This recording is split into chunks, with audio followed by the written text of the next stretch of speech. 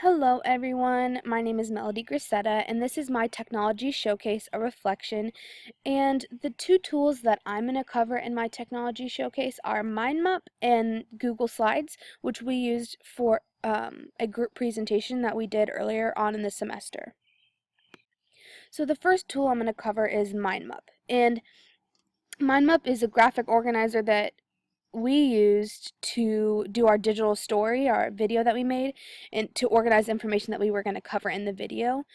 Um, as a teacher, I can use it in my classroom by showing students how to use it to study for an exam, and students can use it to study for an exam by choosing the key points and putting, like, in here you'd put, instead of how to be successful in an online class, you'd put, for instance, exam 1.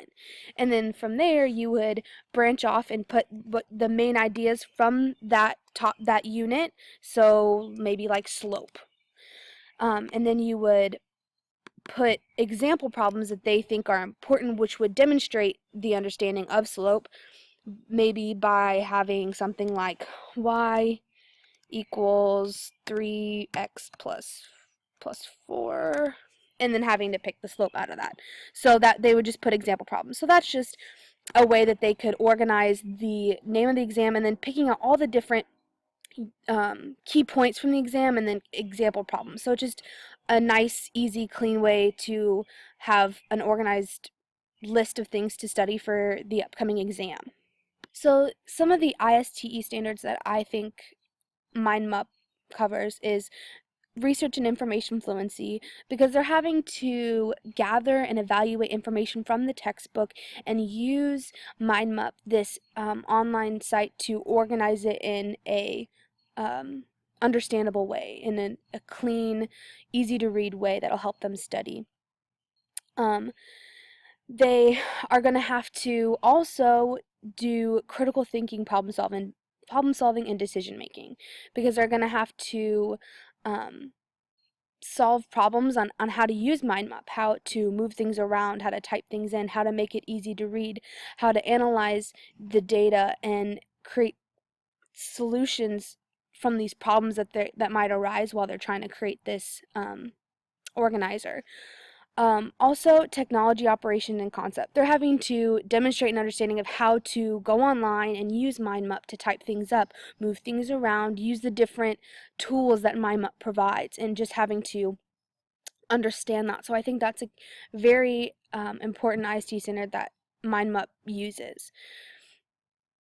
The other tool that I am going to be talking about is Google Slides, that we did for our group presentation, and we did sophomore world history, but how we could use it in a classroom is you can have students collaborate by, like, let's say we want to do an exam study. I know the other one was another good one for studying for an exam, but this one, you could have an exam and assign each student a problem, and they'll go on each of the slides and they can create a slide with their name, and then you would give them a problem to solve.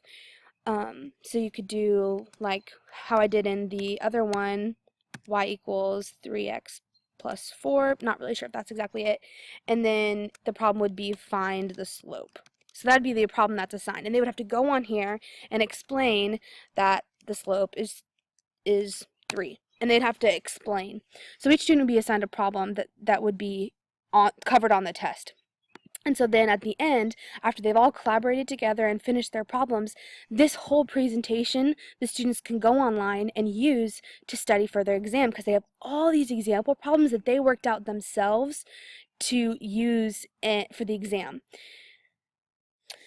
And the ISTE standards that I think are covered by this are communication and collaboration. Obviously, each of them have to do their own problems. Each of them have to go on and collaborate. They can help each other by maybe commenting and saying, oh, this problem's not exactly right, maybe give it another look.